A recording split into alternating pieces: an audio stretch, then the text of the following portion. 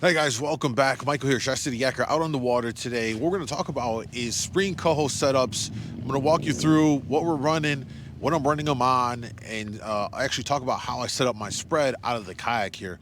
So let's jump straight into it. First rod right here is going to be your standard coho setup, coho rig, which is your Dodger, your fly, and then we have about a 4-foot lead, 20-pound line, all right, and that gets tied off to the keel weight. So we got a keel weight here. I like to use 5/8 ounce keel weight. Um, then we tie that to the main line here and a bead as well. And that is going to be the whole presentation right here. The reason why you want this 20-pound lead here is obviously these are expensive. You don't want to lose this. So having this 20-pound leader line helps with that as well. Now, this is all on an Akuma setup here. We've got an Akuma Cold Water 153D. And new for this year, I have these new rods, the Akuma SSTs. These are a Magnum taper, 7'10" medium action. And these things are really amazing. And what's really great about this carbon fiber grip is that I can lay my finger on here and it's so sensitive. I can feel the crankbait, or in this case, the Dodgers, because they do pulsate in the water. I can lay my fingers on the butt of the rod right here and I can feel to make sure that that Dodger or that crank or whatever I'm pulling in the water is going at the right action. You can really feel it, and that's so good. It helps you out tremendously depending on your speeds and the current conditions and all that stuff. You can use this as another way to tell if your presentation is running properly. It's a very light setup, and what's great about it is that it has a lot of play at the tip. So those fights with these coho feel great, but it has a lot of backbone over here as well. 20-pound mainline, I like high vis, is the setup. And then when I'm setting this all out, because we're working this at the top part of the water column, I like to use boards a lot to kind of just shoot them off a little bit away from me. So this is probably the one time of the year that I use my boards the most, for sure. And if you don't know, I am using the Stealth Ready Rig planers right here. They're linked down below. I've been using them for years. They work great. You can also use the little mini planer boards, whatever you would like. And so when I have this on my setup here, because we control 3 rods, it doesn't really matter what side I'm going to throw it on unless I'm going to run a deeper line somewhere. So for example, in this case, if I set this line out here, I'd probably put it on my left side, and I'm going to work this higher in the water column. Only really trying to get this down in that 5 to 8 foot range, or at least 8 foot or less range rather, and that's where this is going to live and work. All right. Next, we'll put this off to the side here.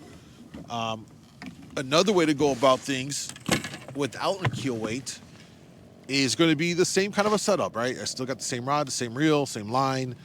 Everything is the same except there's no keel weight. I've got the line tied to a small swivel, still got the 4-foot lead, a 20-pound test to the coho rig right here, the Dodger and the fly.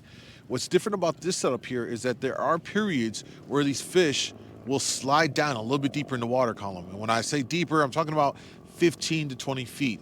This happens sometimes in the middle of the day as the sun's out. Right now I'm sitting out here, it's the late afternoon going into the evening period, so these fish may slide down a little bit just to get out of that light, or it could be because of the water conditions as well that will drop down a little bit.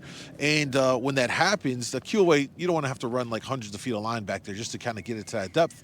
So what we'll end up doing is putting out the line here, and we will use our little 2-ounce torpedo weights. And so the way that this rig is going to work is I'm going to lid out the Dodger and fly, typically about 15 to 20 feet back, and then I'll clip on the little 2-ounce torpedo weight right here, and then I'll drop it down. Now, when I have this kind of a setup going here, usually what I like to do is I like to run this one straight off my back. So this rod with the torpedo will live right here, going straight back. It's deepest. It's going to be the deepest line in my spread. I want it down right here, and I want the coho rig that has the keel weight that's sitting up higher in the water column to just be off to the side. That's also why I like having the board. Gets a little bit of away from me. One, to cover a little bit more area, and secondly, because if I have this rod right here, if a fish pops, it's going to come straight up. I'd rather have it come straight up and the line a little bit out to clear it so it doesn't run into that line. Can they still run into your other line? Of course, but this helps to just lessen the opportunity for that to happen. Then 2 things on my third rod here. I could do another keel weight setup, or I could do what I like to do rather is run back here and let's talk about our lead core line. Lead core can be very effective in the spring as well. It's good to have one. And the way I'm running this is I will run it opposite of these other two rods. So in this case, it's to my right. And typically I'm putting on a spoon. Sometimes I'll put a thin fin on a lead core. It just kind of depends on what's going on. But typically I'll run a spoon on this thing. And so normally I'm running about 2 to 3, maybe 4 colors tops. And again, this is where I'm trying to work a little bit deeper, a little bit closer to the bottom. For these coho that might have slid down a little bit deeper. Obviously, there's some kings around for the spring. You still have browns that may be in the area as well, and they tend to be a bit lower as well. So it's good to just cover your water column from high up in the water, where their coho are going to typically be, to about mid depth where they may slide down to, and then a little bit deeper than that, just to see anything's down there that might get bit. And so for my lead core setup here, all new for me this year, which I'm really excited about, and it feels great as well. Of course, cold water, 303D for my lead core line. This is a 10 color lead core. This is what I would say for any kayak angler. If you're gonna have a lead core, just go get all 10 colors, because you can always let out as many colors as you want, versus trying to have multiple rods that have lead core for different lengths. It's not really efficient. So this is my 10 color 303D.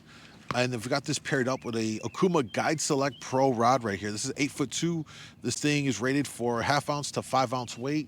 So it's really sturdy. You've got the carbon fiber handle on it, so you can still feel the sensitivity. I can feel the spoon wobbling just by having it in the rod holder. Lay my fingers on it, I can literally feel that spoon just flicking away, which is super cool.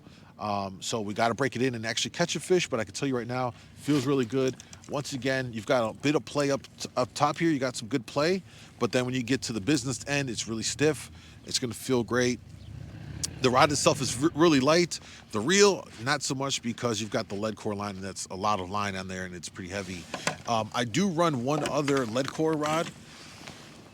Now, I talked about this in a previous video. If you are a little bit more advanced, I like running a 2 color or a 3 color, having that set up here. And this is what I'll use for like a SWR, as a secret weapon rig, using a torpedo, mostly in the summertime. But this is also a 2 color, 3 color, very effective in the spring as well, when you're trying to get down to that 10, 15 foot depth range right here.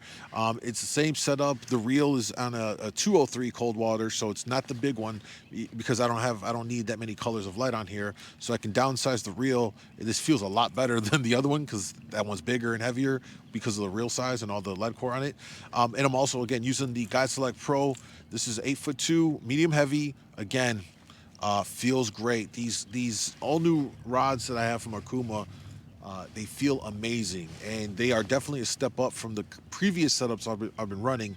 They cost a little bit more, but I think the quality and for how they feel at this point, I think it's well worth it. Now, in the early spring, they can still be on that crankbite, and if they are, I like having a spinning rod set up right here, and this is what I'm going to use to just go ahead and flick a crank off the back somewhere and just check for any fish that still wants that crankbite right here.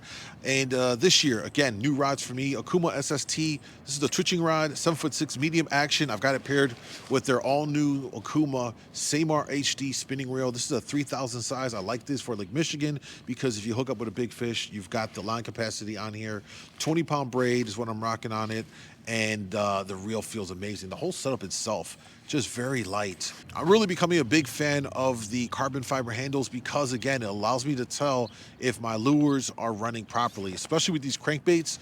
2 fingers on here, I can tell exactly what's going on with that crank in the water. Not to mention, this is also the same setup that I use for my jigging for kings, any kind of jigging. If I'm doing smallmouth fishing out here on the lake, this is the setup that I'm running, and just the sensitivity of it all and how it feels in my hand is really great. And so that is how I'm running this. If I'm gonna put a crank out, usually I'll just run it straight back as well. So I'd move this rod out, put this off to the side, and I'd put the crank just straight back, right back behind me, and run it that way. So those are the spring coho setups right here for the year. Kind of give you an idea of how you can set these all up, how they run, what you're going to be looking for. Hopefully you guys found this video useful. I'm headed back in to wrap up 2 days trip, Thank you guys for watching. Make sure to like, subscribe, and I'll see you guys in the next video.